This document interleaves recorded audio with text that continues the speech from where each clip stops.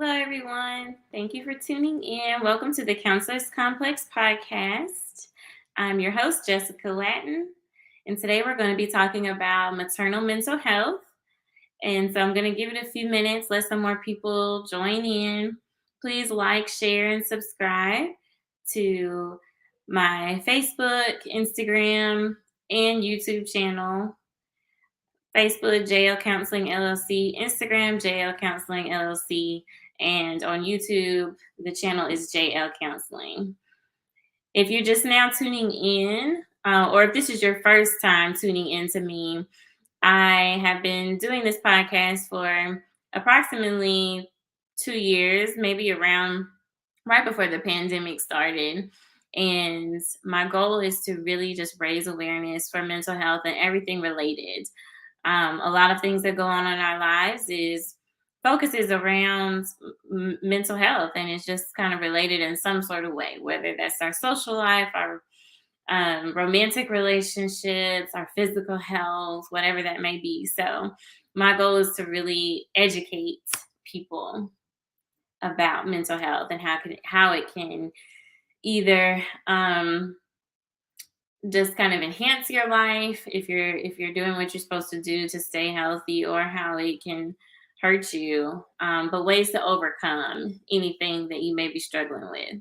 So tonight we're going to be talking about maternal mental health. So if you know a mother, if you know somebody who's pregnant or who's postpartum, if you know somebody who is looking to get pregnant and they're not pregnant yet, this is definitely the show for them.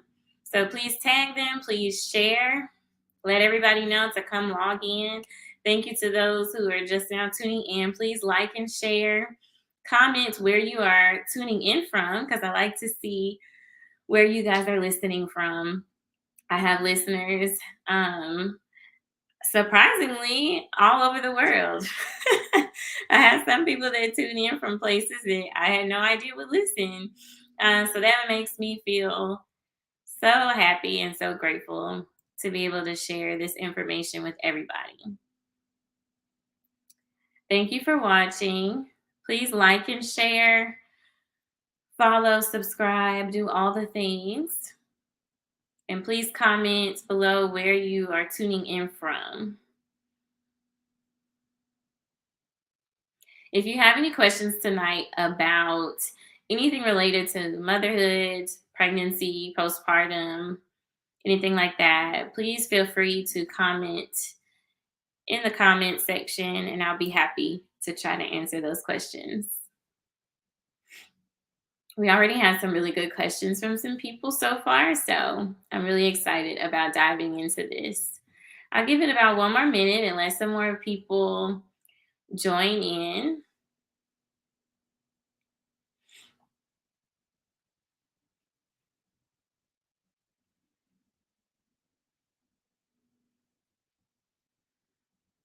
Okay, so it's 8:05. I'm going to go ahead and get started.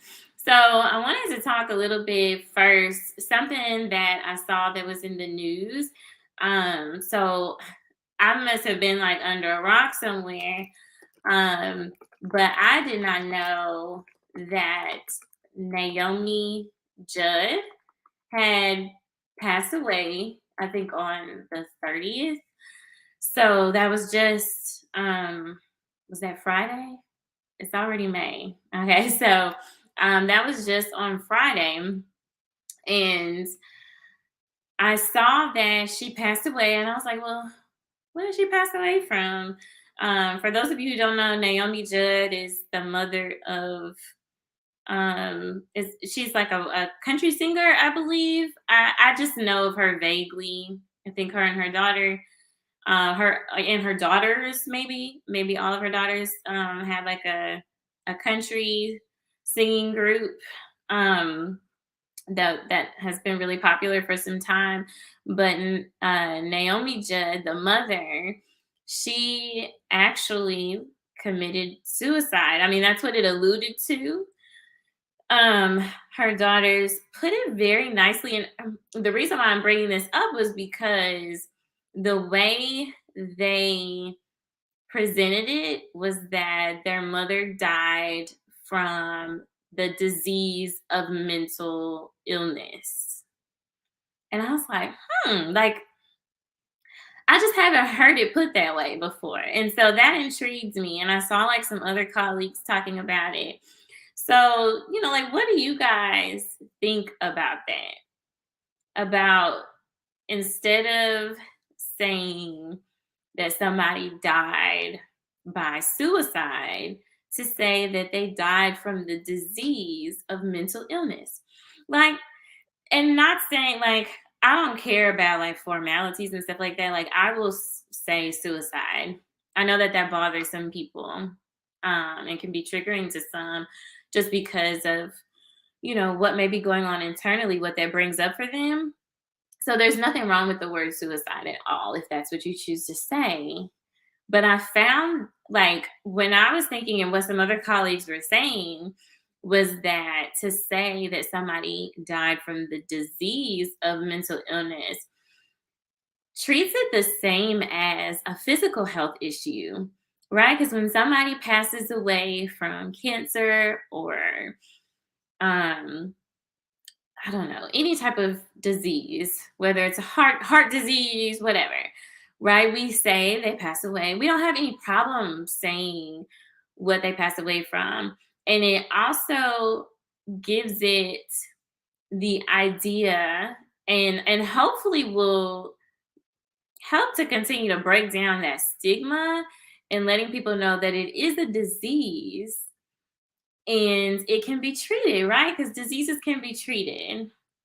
Not all of them have cures, right? We don't have a cure for cancer, but science has been developed enough to where many of our loved ones are still here with us. So that's the same thing with mental health. It is a disease.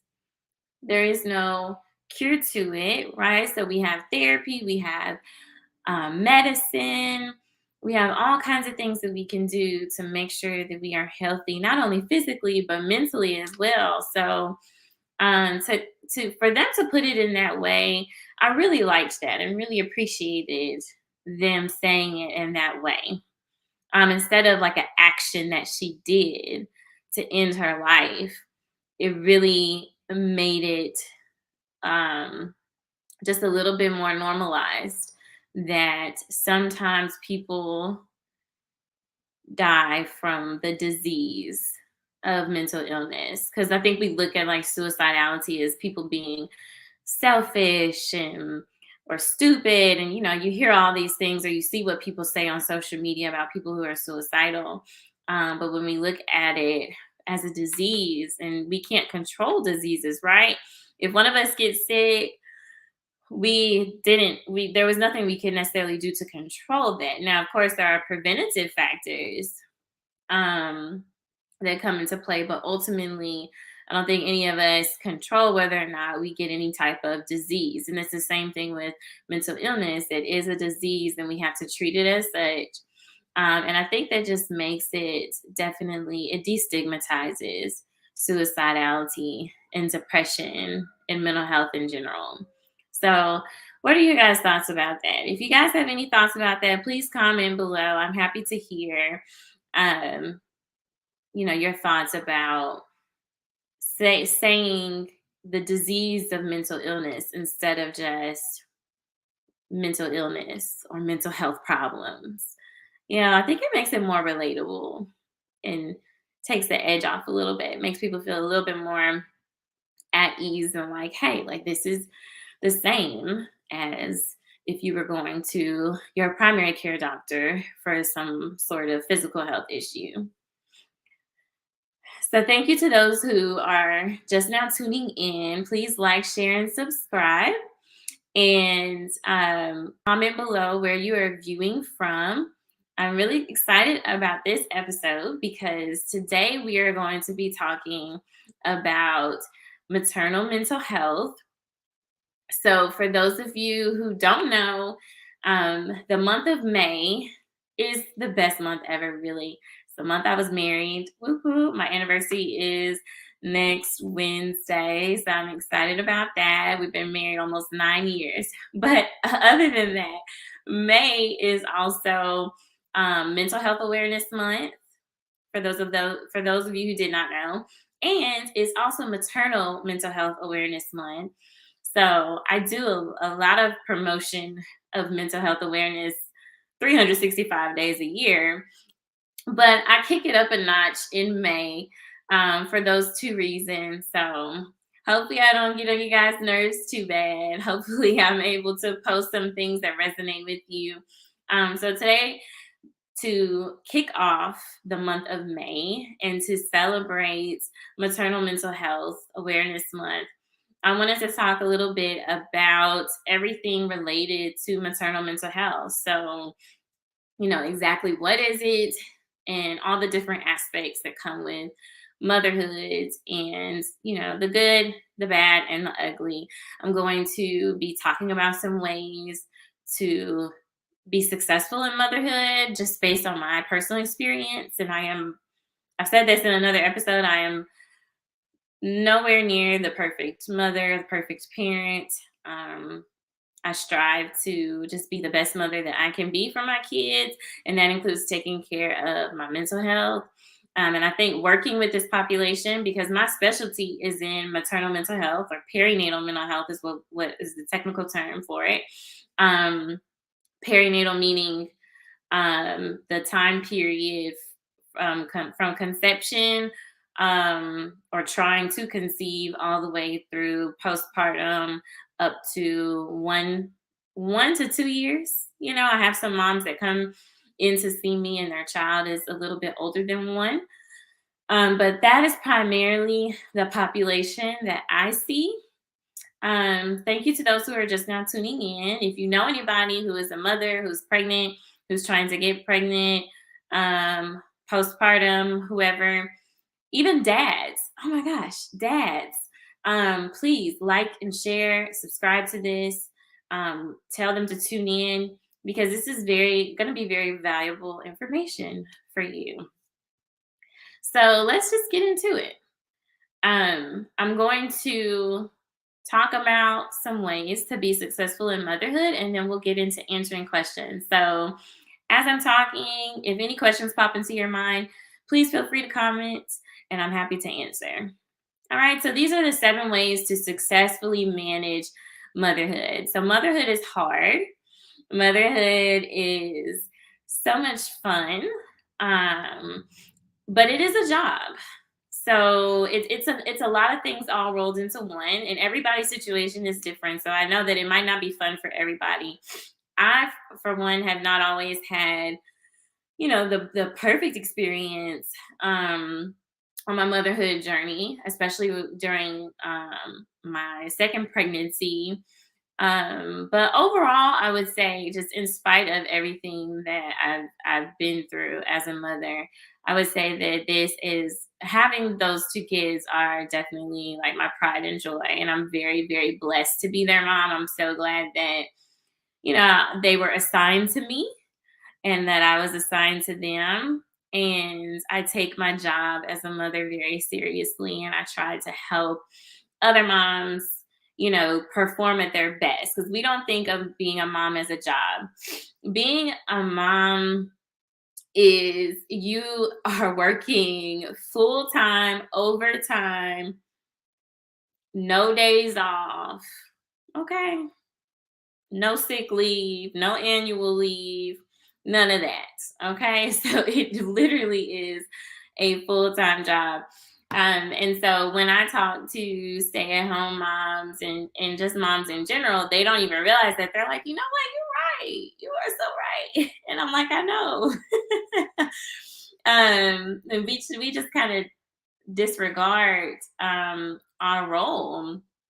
And that contributes to a lot of us feeling like unfulfilled because we don't already realize how much we do and how valuable our role is to the lives of our kids. And, if we have spouses or partners, like how valuable we are to those people.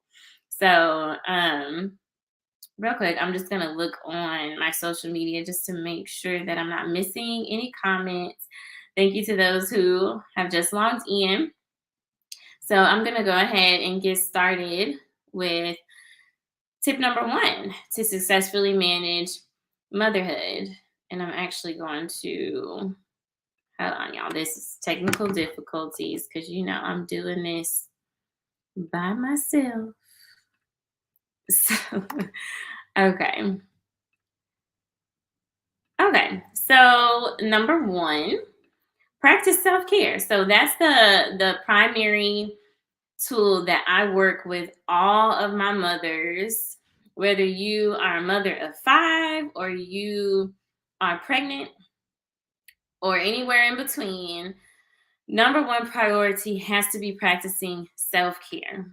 And the number one thing I want to tell you is that self-care is not selfish. And I know so many moms feel a lot of guilt when they do things for themselves, when they purchase things for themselves, when they go out and do something fun away from their kids. They always feel super guilty. And I always tell them, like, why do you feel that way? Because, you know, men don't really have that problem. Like, my husband, he would just like, okay, I'm going over here. Bye. Um, so men don't really struggle with that guilt. And so I wish that mothers could really, really work on feeling okay with taking care of themselves, because how can you take care of your kids in the best way possible if you are not 100%? You cannot operate at your best on 25% or 2% or 0%. We all know when our phones or our computer gets down to a certain percentage, like, it does not function at its best. It moves slower. It's just not right. And so that's the same thing with us as human beings, as mothers. We have to practice self-care. So within self-care, there's different domains, right? So a lot of times when I talk to mothers about self-care, I say, what comes to mind for you? And I say, taking a bath, um, getting their nails done, getting their hair done. And yes, all of those are true, especially the taking a bath part, because a lot of moms won't say it or admit it, but sometimes it's hard to get the motivation to get up and wash your behind. Just saying. No embarrassment here. Like, sometimes it's a struggle, like, especially if you are a new mother and you're tired and you're exhausted, like, and if you're depressed, people don't understand how hard that can be. So self-care is like taking care of your basic needs. It's not even just going to get your hair done. Like, did you brush your hair today? Like, you don't even have to go to the salon. Like, did you get up and brush your hair? Did you brush your teeth? Did you eat? When's the last time you ate today? Did you eat dinner? Did you eat lunch? And so, like, usually when I start asking those questions, they're like, like, when did I eat lunch? So it's important for us to truly look at what we're doing on a day-to-day basis. Are we doing things to take care of ourselves? So, with physical health, are we exercising? Are we eating 3 meals a day? Are we staying hydrated? Are we taking care of our personal hygiene? Those are basic kind of physical self-care activities and tasks. And also with mental health, are you talking to someone? Do you have people do you have somebody that you can, talk to about your problems, whether it's a therapist or whoever? Also, do you recognize your emotions? Do you deal with your emotions? Or do you just kind of brush them up under the rug? Do you journal or do anything to kind of help you to get things out mentally and to sort through things mentally? Are you able to regulate your emotions, or are you flying off the handle at any given moment? So, emotional mental health is a part of self care. Next, we may have like social self care. So that's a part of that too. Are you still connected with your friends that you had before you became a mother? Now, sometimes we do have to change our social circles because things may just may not like mesh very well. Um, after you have a child or once you become pregnant, like your mindset changes, hopefully. And so if you have friends that are single and don't have any kids, you guys might naturally grow apart. And sometimes that can be very lonely and isolating for the pregnant mom. It could be disappointing for that pregnant mom or that new mom because it's like, dang, like I miss my old friends. And so I kind of, went through that a little bit when I first had my son. I kind of felt like the oddball out of my group because, of course, I'm the oldest one in my group of friends that I have, and none of them had kids at the time. Now at this time, all of us except for one has had kids. So they understand what I was going through at that time. Well, maybe a little bit because at that time it was just one of me. So now all of us have it, so we can kind of support each other because we all have kids. But at that time, it was kind of lonely, and I kind of felt like the oddball out because I had kids and they didn't, and I guess I would kind of mother them, and I know sometimes they didn't like that. I know they still love me though, but I think that they can understand a little bit more now, just how your mindset changes the older you get. So, and the older you get, and the more responsibility you have when you have a child. So, um, when we're at different stages in our life, sometimes that can cause us to separate from our friends or from our family. So it's so important in the social aspect to continue to either maintain those connections that you had prior to becoming a mother, or you may want to develop new relationships. So, try to find other mom friends who understand what you're going through. And that's going to take some being intentional on your part because they're not just going to come to you. You're going to have to go to support groups or schedule play dates or, just things like that so that you have those opportunities to build friendships and build relationships and have a support system so you won't feel so alone. Also, within self care, there is spiritual, and so I always try to incorporate spiritual self care with my clients. I don't care what it is that you worship or who you serve, but we all have some sort of sense of like a higher power, a higher being. And so I think that it's very important for us to have that foundation because it helps you to get through those rough times when you have some sort of spirituality or when you're in touch with something spiritual, regardless of what that is and how you do it. Lastly, there's professional self care or educational self care. So, if you're in school, are you getting your work done? Are you doing what you're supposed to be doing to make sure that you can graduate? Because, I know a lot of moms that are in school trying to get their bachelor's or master's degrees, or even if you're in high school watching this and you're pregnant, are you doing what you need to do to make sure that you get your high school diploma so that you can get a better education, a higher education, and take care of your child and have the life that you would like to provide for your child.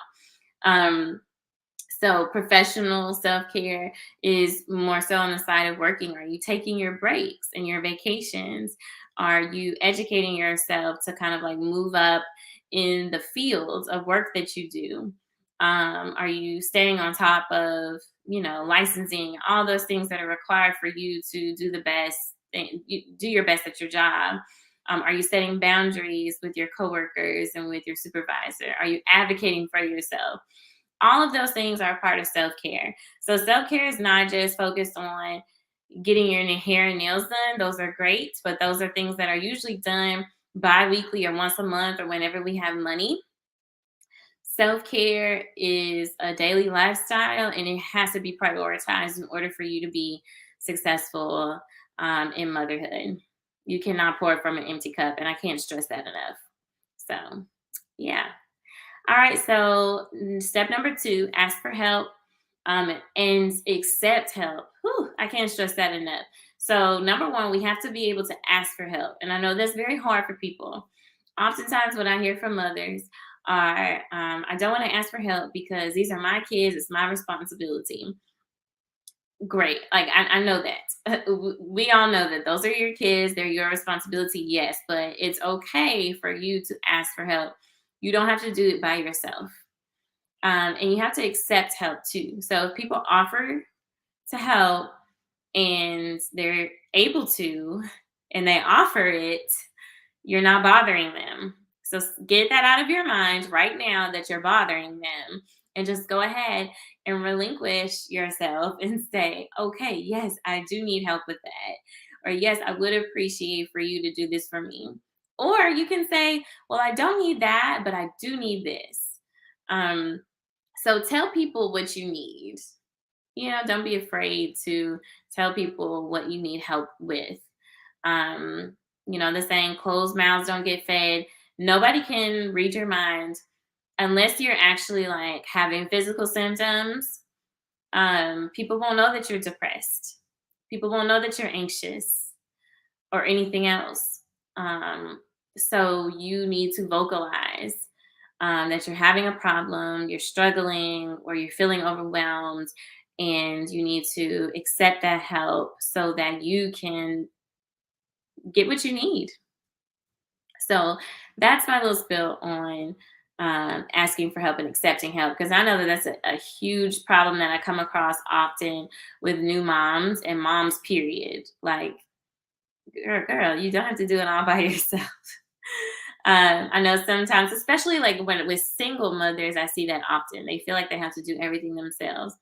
Um, or mothers that may have had their kids at a young age and maybe their family didn't take it very well. They feel like, I can't ask anybody for anything because my mama said that I laid up here and did this, so I have to do it myself. So you'll find that even as they become an adult, in their 20s and 30s, they still have that mentality like when they were a teenager and they were pregnant, and they feel like they can't ask for help and they have to do it all by themselves, and it's like 10 years later. So, um ask for help and accept help. Number 3, utilize your supports and resources. So, a lot of, some people do not have a good support system. And I really hate when that happens because it makes the healing process after having a baby so much more tougher. Like, um, it's hard to shake back when you don't have a lot of support. So if the partner or the spouse or the child's other parent is not present, if your family is not supportive, or if they live like somewhere far away or just not close by, um, it just makes it very difficult when people don't have friends, or they don't have a lot of friends or a lot of people that they trust. It makes it a lot more difficult. So if you do have a strong support system, use it. Don't feel like you have to do it all by yourself. This kind of ties in with number 2. Use your supports and use resources. I give people resources all the time. I know people give a lot of people my phone number, and they'll come back to me and say, I gave my friend your phone number. I don't know if they reached out to you. And sometimes people do reach out to me, and then sometimes they don't for whatever reason. There's still a big stigma with mental health, and a lot of times people think that, well, I can do this by myself, I'll be okay. So sometimes people won't use the resources that you give them, but continue to provide those resources. Use your resources, support groups, doctors, therapists, whoever, to help kind of rally around this mother. So in the United States, our culture is just very different. Usually, like outside cultures, like Middle Eastern cultures or some African cultures, they don't let the mother do anything. Like, all she needs to do is like rest, and they take care of the baby and cook and clean and all that thing, and the mother doesn't really have to lift a finger. All she has to worry about is like breastfeeding. And I really wish that every mom had that experience of having just like this village and this strong support system and all these resources, a doula, or like somebody else that can come in and just kind of take up a little bit and take a little bit of that weight off of a new mom's shoulders. So if you have access to any type of support or resources, please utilize those. You don't have to do that by yourself. Number four, talk to your doctor. Um, you want to talk to your OBGYN or primary care doctor for a couple of reasons. You want to make sure that you rule out if there's anything physically wrong with you. So sometimes I have a lot of clients that come to me that say they feel depressed, but they actually have like some physical health issues. So diabetes or thyroid issues or some sort of um, immunodeficiency or vitamin deficiency. I mean, it could be a number of reasons. So definitely talk to your medical doctor about ruling out any physical health issues first, just to make sure that that's out the way, making sure that you're healing properly from a pregnancy, or making sure that your body is ready and capable of even having a child, because that's a whole other story. Sometimes we go into pregnancy, and pregnancy can be very dangerous, and we don't realize that it can actually kill us. So, and the maternal mortality rate um, in Louisiana is extremely high, and the maternal mortality rate in Black women is extremely high as well. So, talk to your doctor, and if they need to prescribe medicine, I know a lot of moms feel a little nervous about being on any type of medication if they're pregnant or postpartum and breastfeeding, but there are no studies that really state that anything wrong will happen with your baby. I think you're at a higher risk actually if you don't take any medicine and you have like bipolar disorder, or you have schizophrenia, or you have severe depression and you actually physically harm yourself, and also if you're depressed, and or if you have something severe going on that can in turn stress the baby out in utero. So you're actually better off being on medication to help you to be able to deal with that, if that's something that you need. If you're able to do therapy and just consult with your support system and that's helping, then great. But when you've noticed that all of those things are not helping, you may want to consider talking to your doctor about medication. And just because you're on medication does not mean that you are going to be on there for the rest of your life. So I've had some moms that they just get on it for, like the second trimester, and then they wean off of it kind of towards, you know, 6 months postpartum. It just varies from person to person. This is just an example. So, but with that being said, some people, they have to be on medication for the rest of their life, but that does not equate to everyone. So it's on a case by case basis. Talk to your doctor, be open minded, do your own research, and just make the best decision that you can to be the best mother that you can for your child. And don't let fear or, things that you may hear other people say make you feel like, oh, I shouldn't do that. Like, no, like wholeheartedly research and talk to your doctor, and see what would be the best decision for you.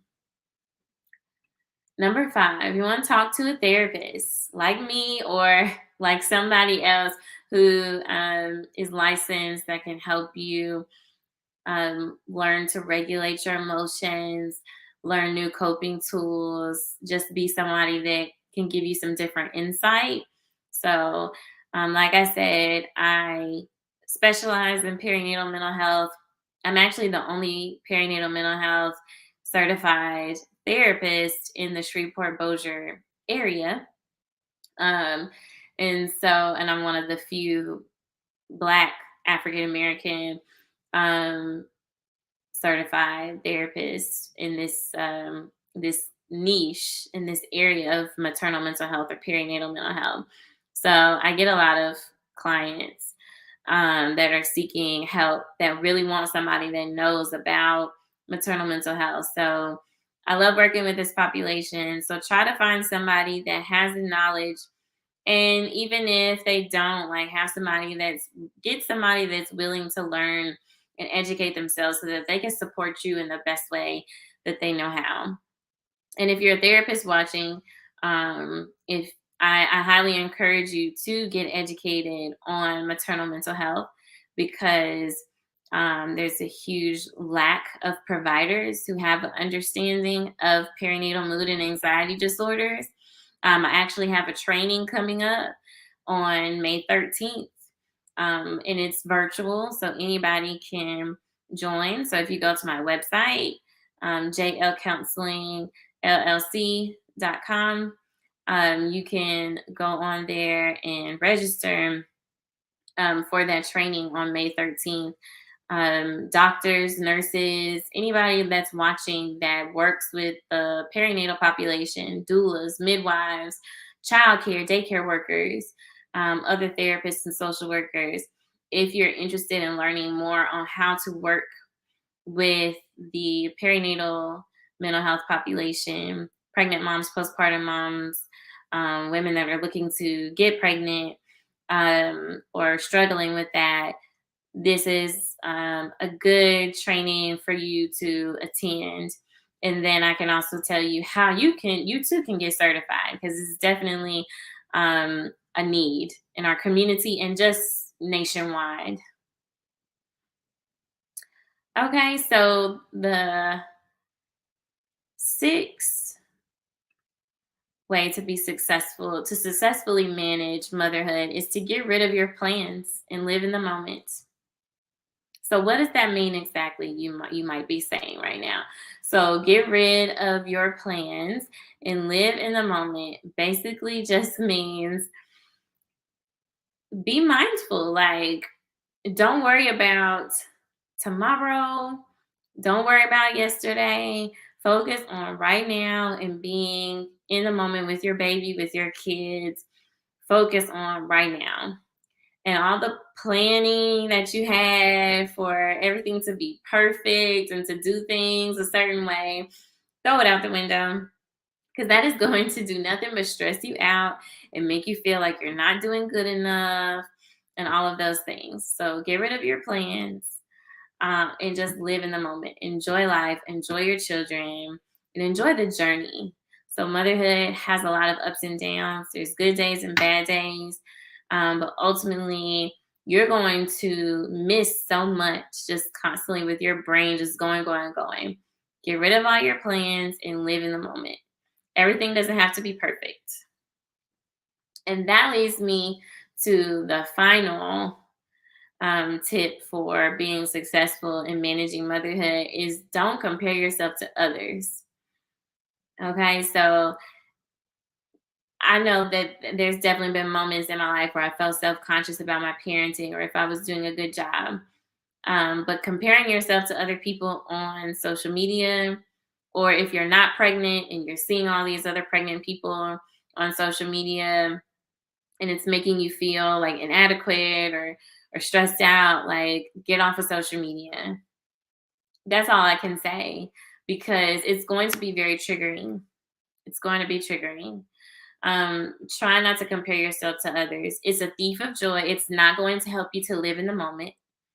And you are unlike anybody else. You are unique. Your children were assigned to you, and you were assigned to your children.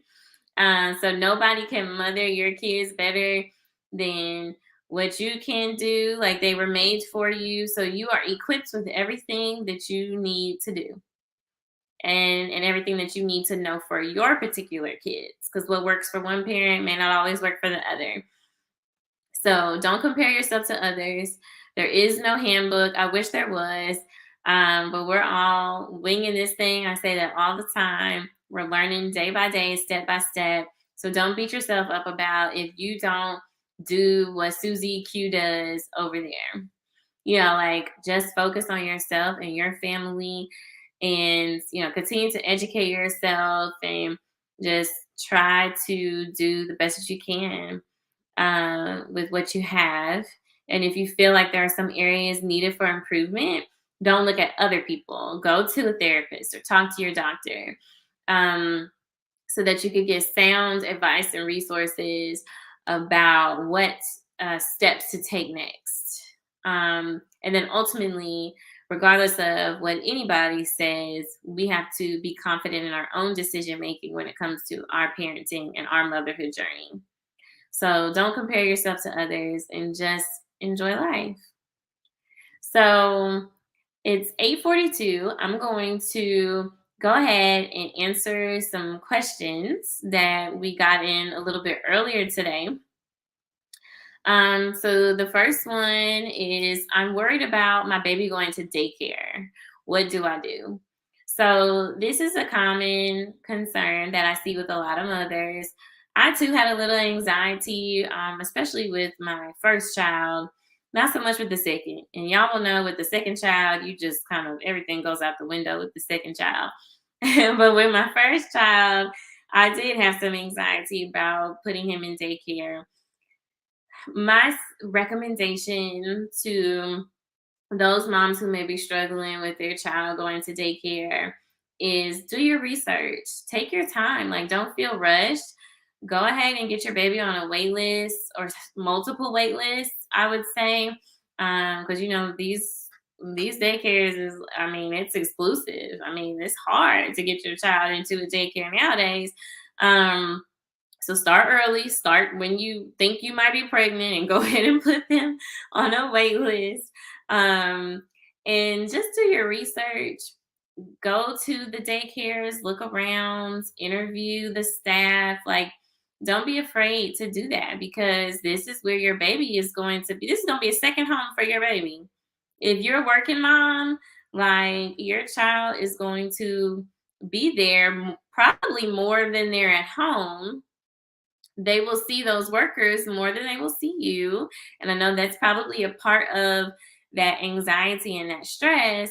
But do your research and do what makes you feel comfortable to be able to leave your child there. Because everybody's situation is different. Everybody doesn't have a grandmother that can stay home and watch their baby. Some of us have to um, take our kids to daycare because grandma's not. These grandmas nowadays, these new generation grandmas, they work, so or they have lives. So everybody doesn't have the option to have somebody to come to the house or anything like that. So sometimes we do have to go to daycare. So do your research as much as possible.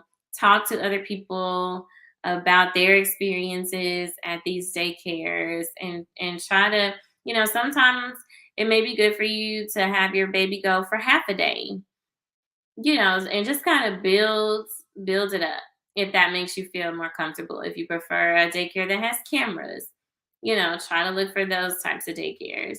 Um, Everybody has their preference. So just write down what you would be looking for in a daycare and then choose accordingly. All right, so the next question I have is what are the signs and symptoms of postpartum depression? Okay, so some of the signs include sadness, crying, and most pregnant women um, do cry. It's related to our hormones. And sometimes our hormones are just like released so quickly that our body is just kind of it's not able to control the emotional response that's connected to it.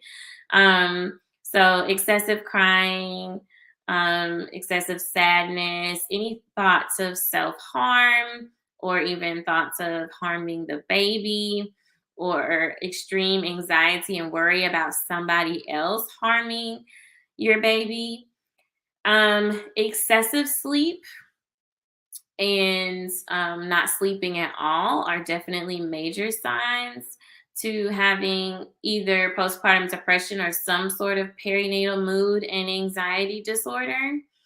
And particularly if a mother is not getting enough sleep, which we all know that you're not going to get as much sleep as you used to, but you should still be getting some sleep.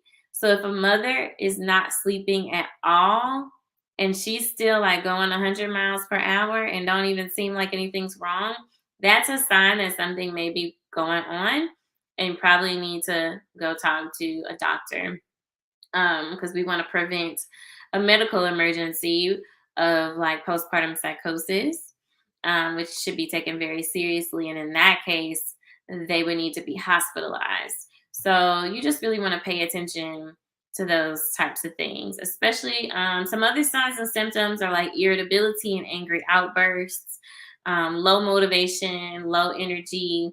And all of these things may vary from person to person. So you have to really look at the individual and what is outside of the norm for that person. Also, if somebody is telling you, I'm not happy, I'm not enjoying pregnancy like I thought I would, or I'm so tired, I'm so exhausted, I don't know if I could do this, those verbals, sometimes people will tell us kind of, in passing that they're not doing well, and we may ignore those things. But I just like to encourage people to pay attention and really listen to what people are telling you, because you might not have to necessarily look for signs and symptoms. They may just flat out tell you, I'm depressed, I'm not doing well, I'm overwhelmed, I can't do this, I don't want to hold my baby, so really look at that. So on there is a website, and I wanted to see, let me see if I put it on here. I didn't. I'm going to put this up here. So postpartumsupport.net has a great discussion tool. Postpartum.net, I'm sorry, has a great discussion tool about just perinatal mood and anxiety disorders in general. So they also have support groups for any group of any demographic that you can think of. There's a support group for it. So LGBTQ parents, adopting parents, Black mothers, NICU mothers. I mean, whatever. Okay, so postpartum.net is a great resource for you if you would like to learn more about the individual perinatal mood and anxiety disorders, because sometimes we might think we have postpartum depression and we might actually have postpartum anxiety or postpartum OCD. Some people may have bipolar disorder, and a lot of times women aren't diagnosed with bipolar disorder until they become pregnant. So you can learn more about that on postpartum.net. And also you can learn more about the different perinatal mood and anxiety disorders in my training on May 13th. So if you go to the website, jlcounselingllc.com, you can register for that as well. Okay, so the next question, and this will probably be, we might have time for 2 more questions. Okay. I am not enjoying pregnancy, but I also feel ungrateful because a lot of people can't get pregnant. How do I deal with this? So that's a very common thought that women have. Everybody doesn't enjoy pregnancy. And I think it's important for all of us to realize that 50% of pregnancies are unplanned. Okay, so half of y'all are happy and half of y'all are not. And then sometimes we're happy in the beginning, but then something happens. So we find out that, maybe something is wrong with our baby, something's going wrong in the pregnancy, or we just have a lot of anxiety about the future, or maybe our relationship is on the rocks. Like, you just don't know. So everybody is not enjoying pregnancy, and that is so okay. I have a episode on my YouTube channel from like a year ago that I did with my colleague Brittany who she had a baby, and we were both talking about, how we didn't necessarily enjoy our pregnancies, um, because they were difficult and we were like kind of high risk and had some issues going on. So, and pregnancy is going to be different for everybody, and every pregnancy is different even for the same person. Like one pregnancy may be different to the next. So um I would just say, for those who are struggling with that, validate your feelings. Feel all of it. It's okay to not enjoy it.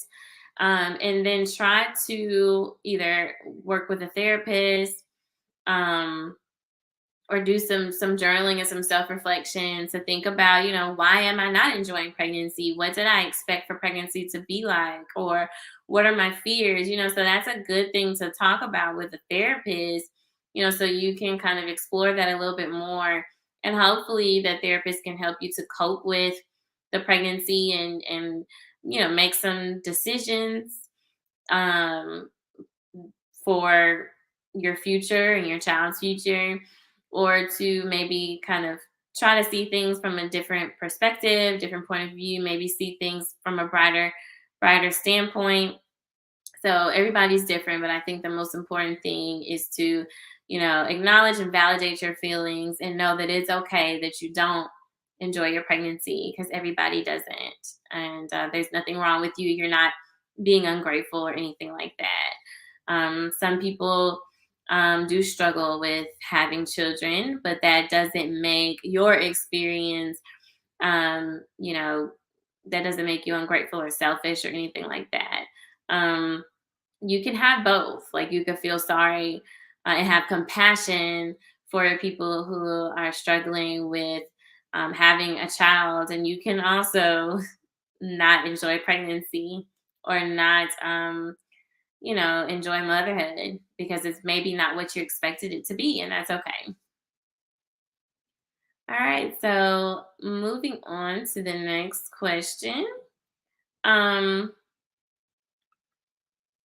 what do I do if my child's other parent is not as involved as I would like them to be? So that's very tough.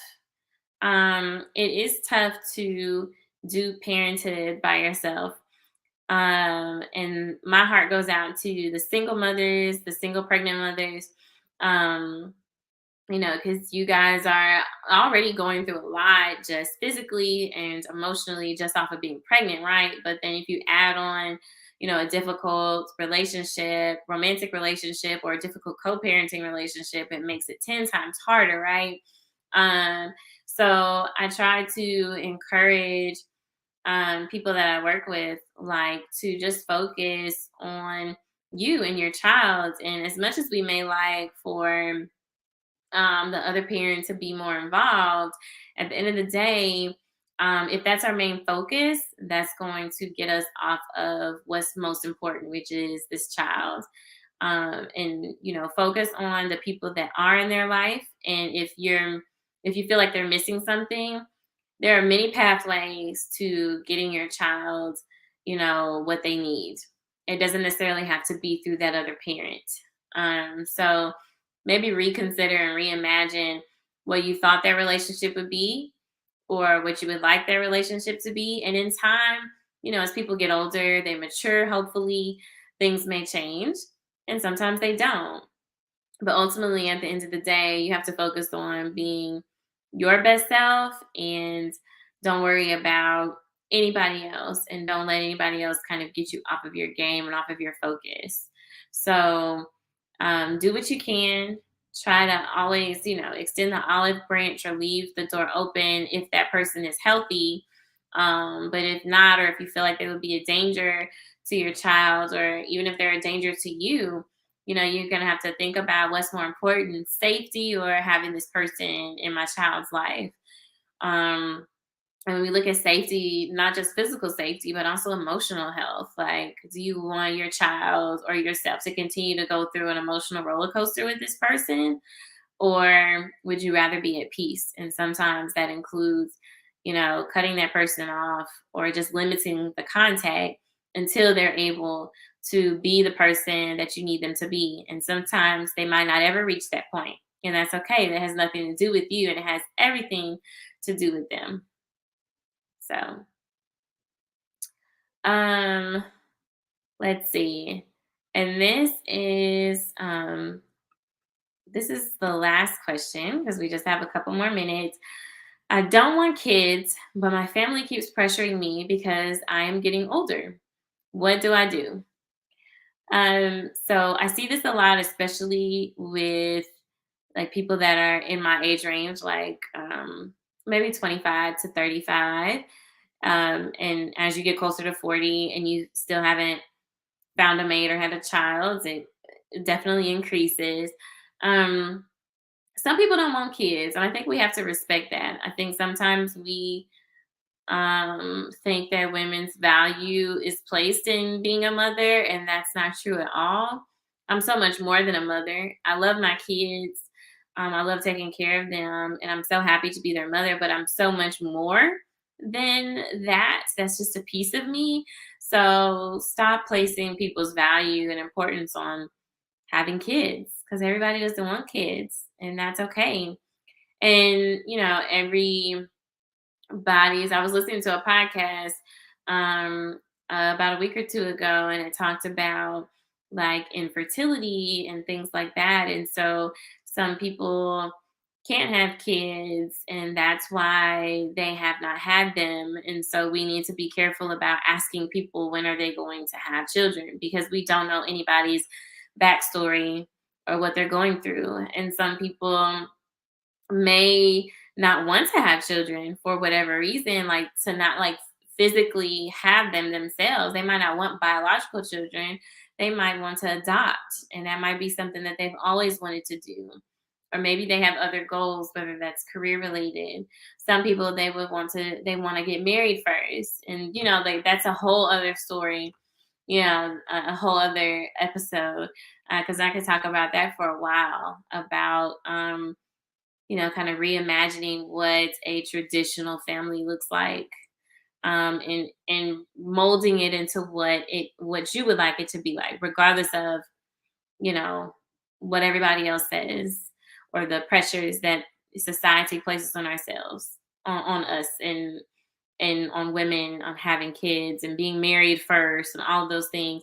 Some of those opinions are a little outdated and are just unhelpful and create a lot of anxiety and stress that may make it even harder for you to have kids. So, whether you don't want kids and your family is pressuring you, or if you do want kids but you can't have them, definitely talk to a therapist, talk to a reproductive specialist, and try to um, figure out the best way to set boundaries with family and friends and to cope with whatever feelings or thoughts you may have personally about motherhood in general, so that you can figure out what's best for you, and whether that's being a mother, being an auntie, or being a godparent. Everybody's different, and so you have a purpose, and so talk to a therapist about what your role and purpose in maybe another child's life might be. So I'd like to thank you all for tuning in and listening today. I appreciate you. And the next episode will be next Monday, and this will actually be the season finale. So be sure to tune in. I'm going to hopefully have a man on here, or maybe even some men on here, to talk a little bit about mental health related to men. So I think that'll be a really cool topic. So tune in next Monday, 8 p.m. Central Standard Time. Thank you for watching the Counselors Complex podcast. You guys have a good night.